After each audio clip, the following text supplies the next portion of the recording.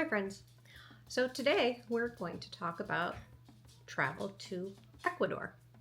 I just finished Adam the Woo's Ecuador series, and I want to give you some tips and tricks on how you can also go and explore the wonders of Ecuador. So from Adam's series, we know that he went with his mom, which was awesome, and they flew through via Atlanta to Quito, Ecuador. And they have family down there. So this wasn't a typical trip, and 2 weeks is a pretty long time. But they were able to, for a portion of their journey, stay with family. They start out in Quito, and Adam points out that the currency is the US dollar, although in some change you will get in Ecuadorian coins. And even though the days started cool, it definitely heated up. You're at a higher elevation, which brings on risks of dehydration, and he got a brimmed hat. I highly, if you're gonna go to locations like this, like where Ecuador is located, you're going to want to have all those sun protection items with you. That sun umbrella is a godsend, but also something that is going to protect you from the sun.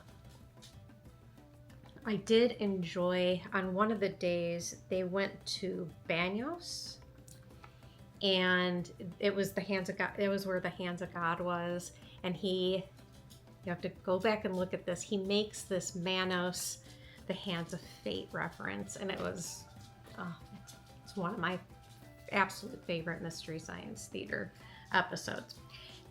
Anyway, they spent 2 weeks down there, and he, again points out the size of coffees, and I will point out again, supersized items do not exist outside of the United States of America. So just plan for that. They visited the zoo. They did have a tour guide, and I will link below some tours, some day tours that I do highly recommend. So why would you want to go to Ecuador? What's the draw? Ecuador is known as the country of the four worlds. Ecuador encompasses the Amazon rainforest, the Andean highlands, the coastal lowlands, and the Galapagos Islands.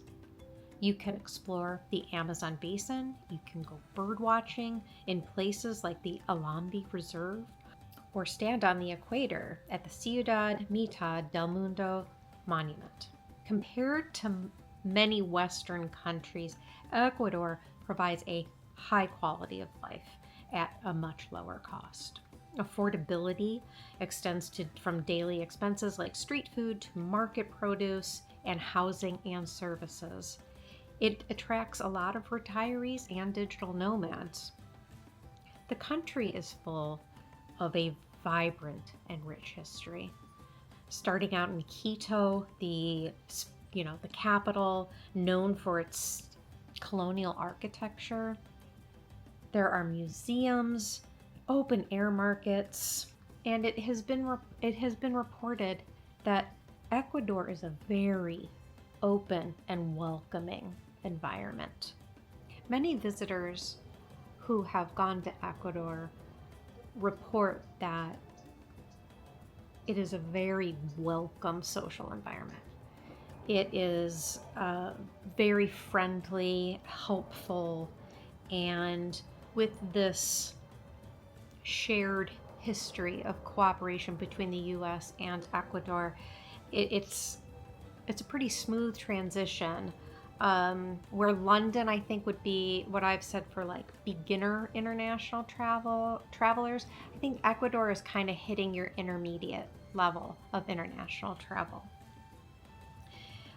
Ecuador also produces some of the world's best cocoa, so it means they have great chocolate. So Ecuador also has 5 UNESCO World Heritage Sites. 5. So that in and of itself is a reason to go. Hotels are reasonably priced.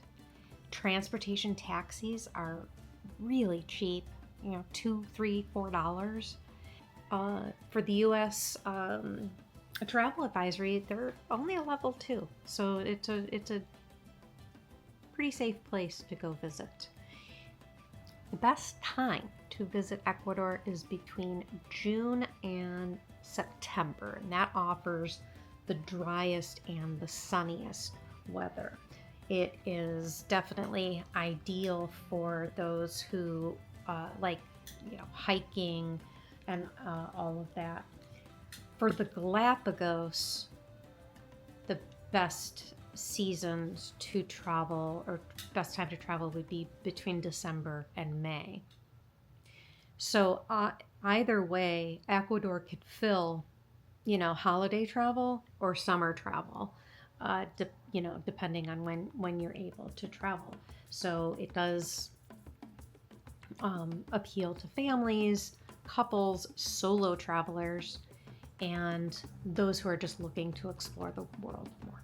For those who would like to stick to a more formal tour, you still want to go to Ecuador, you still want to see it, I'm going to share a couple companies that I work with that I recommend to my clients.